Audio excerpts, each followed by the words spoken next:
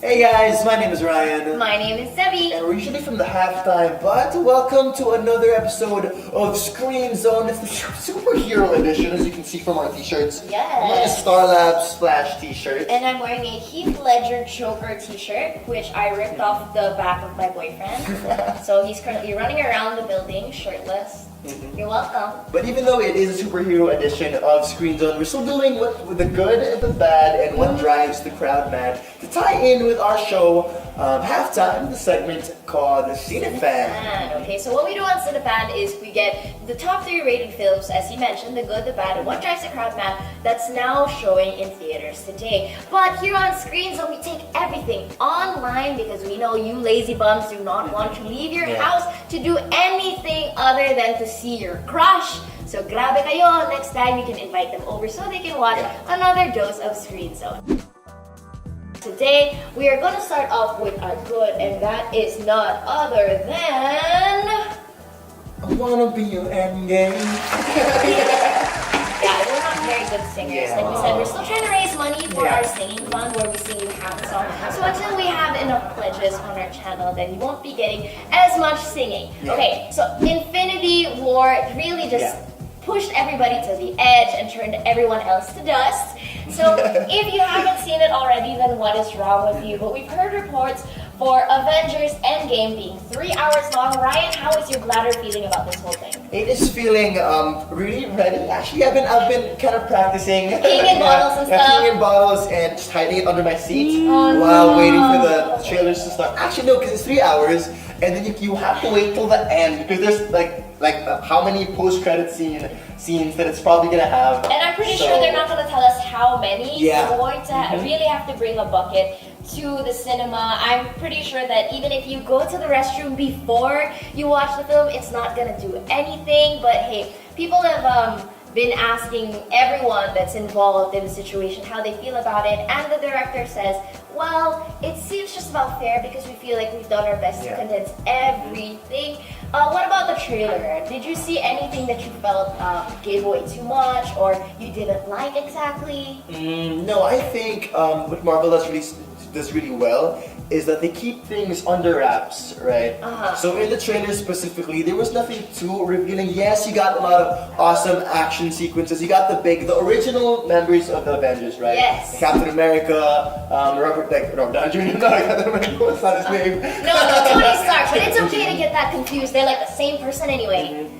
And yes, so we have Tony Stark, we still have Captain America, we have a blonde not Scarlett Johansson. She is, of course, the Black Widow. And one problem that I had with the trailer is, sure, it did tease us in the best way possible, but it also left me asking so many questions. Like, first off, how the heck did Scott Lang get out of that thing that he was trapped in the last Ant-Man movie, as well as why was Nebula not on the planet with Tony? So many questions that have yet to be answered, and hopefully they find a way to turn this into something that's just so far from our expectations in the best possible way. So moving on to the bad this week, we have something that's not exactly a bad show, but what happened to it is just the worst. It's bad news. Bad news for all you Marvel TV show fans, because The Punisher and Jessica Jones have followed suit and are now cancelled. Sad time. No! So after announcements have been told that Daredevil, Iron Fist, and the Defenders have been cancelled, people thought, okay, our only hope that's going to take us to, I don't know, better places would have to be, Agents of S.H.I.E.L.D. is gone too, would have to be Punisher and Jessica Jones. Some people have said these are the two shows that are the better part of the whole Marvel TV show lot. And just when you thought that they were safe from the cutting room floor, they are not. And the reason to this is Disney apparently starting their own streaming service called Disney Plus. So basically, anything that comes from the Marvel Cinematic Universe in terms of TV shows as well has to be pulled out so they can start something new. So for all you fans that are pretty hopeful that you might be able to see every single one of the defenders, except for Arm Fist because nobody likes him, come back in Disney Plus, then you will be disappointed because there is a clause in the contract that says that none of the characters that are used in any of those shows are allowed to be on TV for the next 6 months, it says. Yeah, non-Netflix property 2 years after cancellation. Oh. So to all you Defenders fans, I'm so sorry, but by the time you ever see those stars back on TV, if they ever do decide to bring them back onto the screen, then they might be 2 years older. So, I don't know. Well, How do you feel? that's kind of good news for Daredevil fans, because while it was sad that it got cancelled earlier than these two films and these two series, because I think that Daredevil is just as good as Luke Cage and Jessica Jones. Yes, yes. And the fact that it got cancelled earlier means that you can see Daredevil sooner, right? Yeah. Okay, but please do check it out while you still can. Start binging on all the shows before Netflix takes it out. The bad this week just so happens to be bad news. The Punisher and Jessica Jones being canceled. Yeah. Okay, so now we move on to something that's gonna give us hope, right? Yeah. What drives the crowd mad? So what drives the crowd mad this time is Shazam! Why is Shazam different? Well, there are a lot of misses in the DC cinematic universe. There is one bright spot, and that bright spot is Wonder Woman, right? Yes, absolutely. So thankfully, this trailer for Shazam, it seems a little bit closer to Wonder Woman than it is to Man of Steel, which is a welcome change. The characters look amazing. Zachary Levi, who we probably know from Tangled and from Thor, he looks really charismatic. As Shazam, he looks like he's believable as like he's a kid inside. Yes. He's actually a lot like Santi. I always think that Santi is the DJ embodiment of Shazam.